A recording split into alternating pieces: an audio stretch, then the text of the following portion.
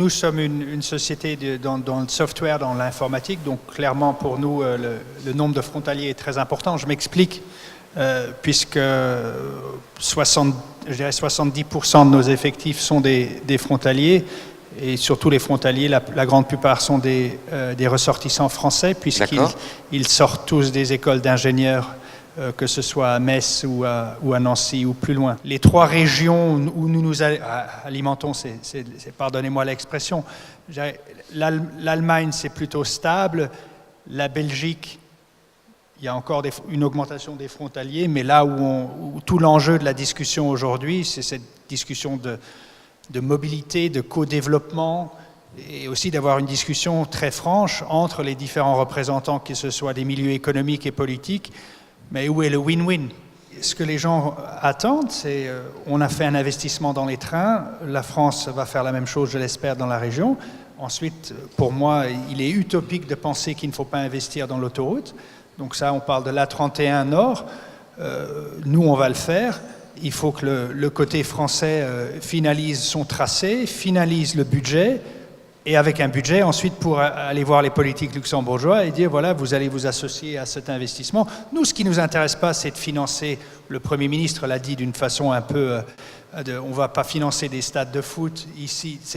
On l'a vu dans la presse. Cette histoire, cette idée saugrenue des compensations financières.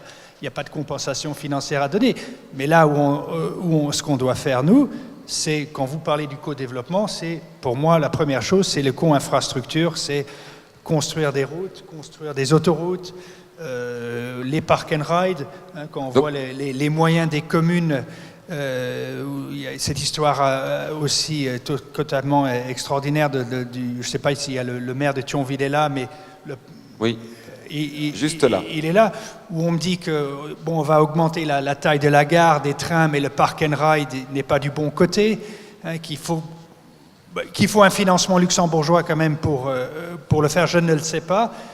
Mais nous, ce qu'on essaye de faire au niveau des entreprises, c'est de sensibiliser les politiques luxembourgeois, de dire votre budget d'infrastructure ne peut plus n'être que simplement un budget d'infrastructure qui s'arrête à nos frontières. La volonté de se parler, de dialoguer, de comprendre les enjeux des deux côtés. Un travail remarquable au niveau de l'évolution démographique de la grande région. C'est une évolution démographique où nous n'en sommes pas toujours conscients au Luxembourg. C'est d'abord une histoire de chiffres et puis bien sûr de faciliter cet échange entre les responsables des milieux économiques et les politiques pour parler de ces enjeux. Je crois que c'est une grande réussite. La base de travailler ensemble, c'est la volonté. Il faut le vouloir et je crois qu'on est en train de construire ça. Le vrai problème aujourd'hui, c'est 200 000 frontaliers, 100 000 Français. Il faut augmenter la qualité de vie, la productivité, les flux. Au niveau industriel, il nous reste aujourd'hui 20 hectares. Voilà, c'est tout ce qui nous reste aujourd'hui qui sont prêts, où quelqu'un peut construire une usine. Donc, on va devoir parler infrastructure, les régimes sociaux, le travail, et ensuite le Graal ou le truc qui sera le plus compliqué à faire. C'est où est le win-win à trouver.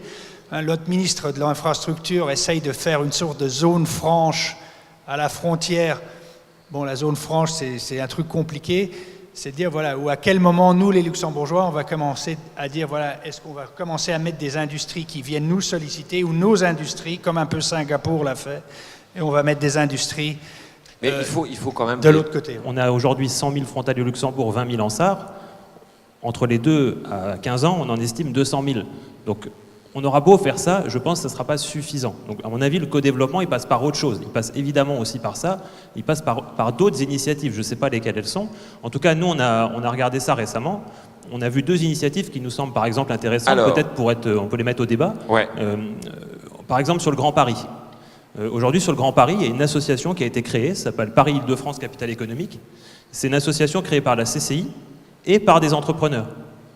C'est EDF, c'est BNP, c'est Accenture, c'est toutes ces entreprises-là qui se sont mis autour de la table, qui ont créé une association indépendante par rapport à l'Agence de développement économique de la région, par exemple. Ils ont créé une association indépendante et ils essayent de faire de l'attractivité sur le Grand Paris. Je pense qu'il y a des initiatives qui pourraient être prises, voilà, sur une réflexion, sur un espace transfrontalier qui pourrait mettre autour de la table vous, des grands entrepreneurs, de l'espace transfrontalier et avoir une réflexion de ce type-là.